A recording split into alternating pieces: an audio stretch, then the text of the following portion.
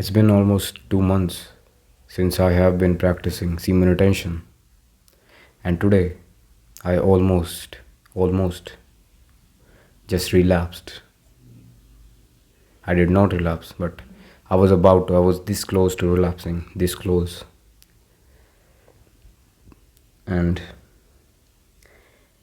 if you have practiced semen retention and if you were over 30 days and your stocks were full, and still you face the urges and you pushed past them, only then you will be able to relate to this video.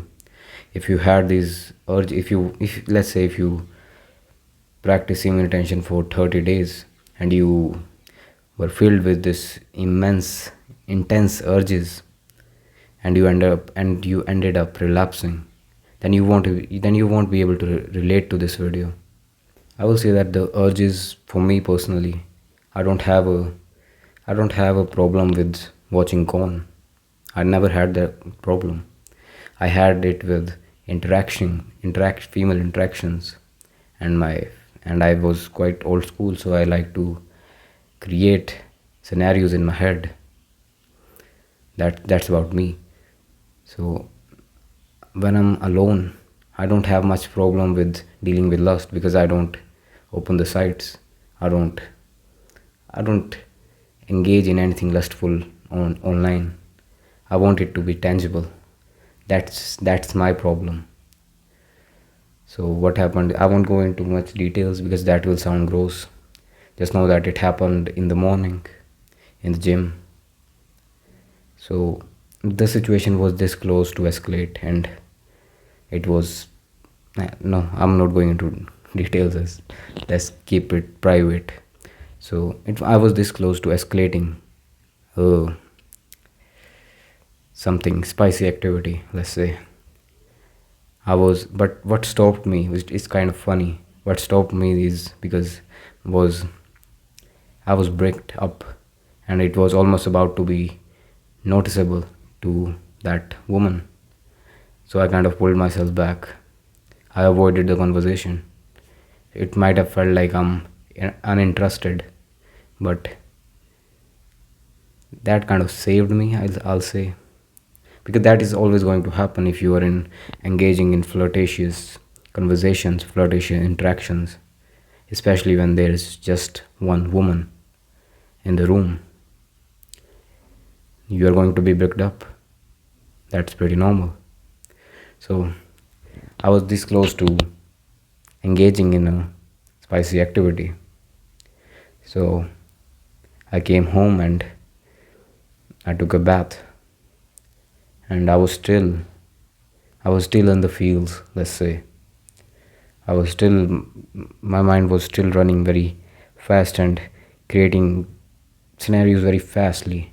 But it was just it was just pumping out scenarios super fastly. I was bricked the whole time during bath, and then I ate food, and then I came back to my room, and then again I was bricked. It was uncontrollable. I had blue balls. It was uncontrollable. I will say that. Then I had to sit alone with myself instead of, letting my mind wander and create the scenarios. I have to become a little bit logical. I What I did was I sat with myself and I asked myself questions. Is this what I want? Do I want to engage in casual encounters with women? I had to go really deep into it so that my dick is not answering the questions. Because most of the time, even you don't want that. Deep, you genuinely don't want that most of the time. It's just your penis that's directing your thoughts. So you have to kind of sit with yourself enough time so that your authenticity comes up instead of your just penis talking. So I sat with myself, and I was constantly, on one hand, I was just constantly battling with these scenarios, My mind was going there. Of course, I was still in the fields. On the other hand, I was contemplating whether this is the thing that I want or not. Do I even want this? I don't even care about the woman mostly. When in such encounters, I don't love her. I have no interest in her in creating a bond. I have no interest in that. I just wanna bang and leave. That's the truth. So I was contemplating whether I want that or not. Do I want that kind of waste of time and waste of energy kind of pleasure? It will give me pleasure, of course, but do I want to spend my energy there? Is it worth it? I had to sit like around half an hour. I just was contemplating in the noon. Right now it's about to be evening. So I was contemplating for a very long time that is this even what I want? Then I got to the conclusion that I don't want this. I just want, because personally it's not that I think it. It's more of a fact that lust clouds you. It distracts you. It's not something. It's not something of my personal experience. It's universal. You know it, that lust will cloud your brain, your prefrontal cortex. What am I saying? Your prefrontal cortex. I don't know what's the word. The part of your brain that's responsible for making mature decisions. I think that's it. It it clouds that part of your brain. It it basically just makes you docile. I think it's a universal fact rather than a personal experience. So I made this choice that I don't want to indulge in lust in any way. Even though it's funny that all of us that are on this path of female attention, we start because we want to get female attention. But that becomes a challenge when it becomes too much. When the attention becomes too much, it becomes a challenge that something inside you clicks that this is a waste of time and nothing else. This is just this is just a drug, another drug, because lust had its purpose to procreate only, and now you're not using it to procreate. You're using it to you're using it to just you're using it just as a drug, just as an escape. So I made the choice. I just I just thought to myself, you have to, if you are in a similar situation like me, you have to think really long enough, stay in this headspace really long enough about what you want. Just stay with your thoughts, keep thinking about it. You will come to a conclusion. That's a given. So I just came to a conclusion that I don't want this any kind of lustful activity. I don't want lust in my life at all. I just want one sweet, loving woman. That's it. And I will say that this situation today was a milestone. Not to say that I'm completely over lust. I will say that I'm 90% over it. 10% might be still there. I don't know if it's 90% or 95%, of course. What I concluded is I will change some things in my day-to-day life.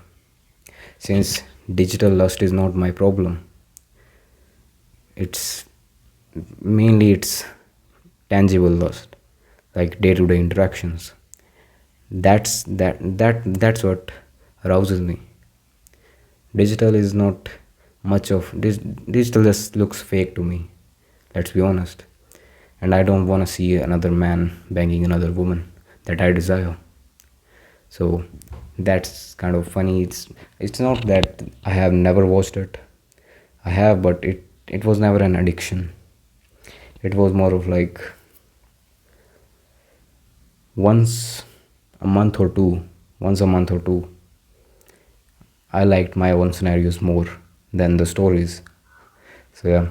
So the conclusion I came into after sitting with myself is I'm going to ignore every other woman. And even when I have to interact with someone, I'm not going to match the flirtatious tones, the flirtatious expressions. I'm not going to match that because I'm not into that anymore. I'm not going to match any flirtatious tones. Even if they are trying to flirt, I won't give a fuck. I'll just be, I'll just act like I'm committed to a woman, even when I'm not. I'll just act like that because that will make it so simple to deal with lust. Because the thing that I've realized is that I don't even care about validation anymore. I don't care about it. I'm not even ejaculating, so why the fuck do I need a woman just for the purpose of lust? I just want a good, sweet, loving woman. That's all I want. Until then, I will act like a committed man until I find someone. Yeah, I will act like I'm a committed man. I'm committed to a woman because I'm not a guy who prefers band-aid solutions. But this is not a band-aid solution. This is helping you to become more reserved. And when you kind of grip this mindset of that, oh, I'm a committed man, imagine in just my imagination, but after some time you'll just start to realize the value of being reserved. You won't give your energy to just any woman. You won't flirt. If you like it, then it's your choice. But I just want to be in a healthy, committed relationship. So I don't enjoy flirting. In the past, I just did it for to fill that void of not finding love, and I still do that. But that's not. I don't love it. It's just an escape from that feeling of not finding love. So the point being is, act like a committed man when you're retaining, and you will just naturally ignore all the women. Naturally, just you will just avoid flirtatious interactions naturally. And after some time, when you have really gripped this mindset of being a committed man without even having a woman, you'll start to realize that being reserved is so much powerful. You'll start to realize that you'll start to respect yourself more when you become more conservative of your energy, when you stop giving every woman your energy. And then you won't even need this mindset of being a committed man, and you might even find the love of your life with this mindset, because it's also manifestation. You're also manifesting a healthy relationship with this mindset, so it's a win-win situation. But I will say that if you're facing similar problems like me, if you are having a hard time to keep your eyes off women, then this mindset will help you.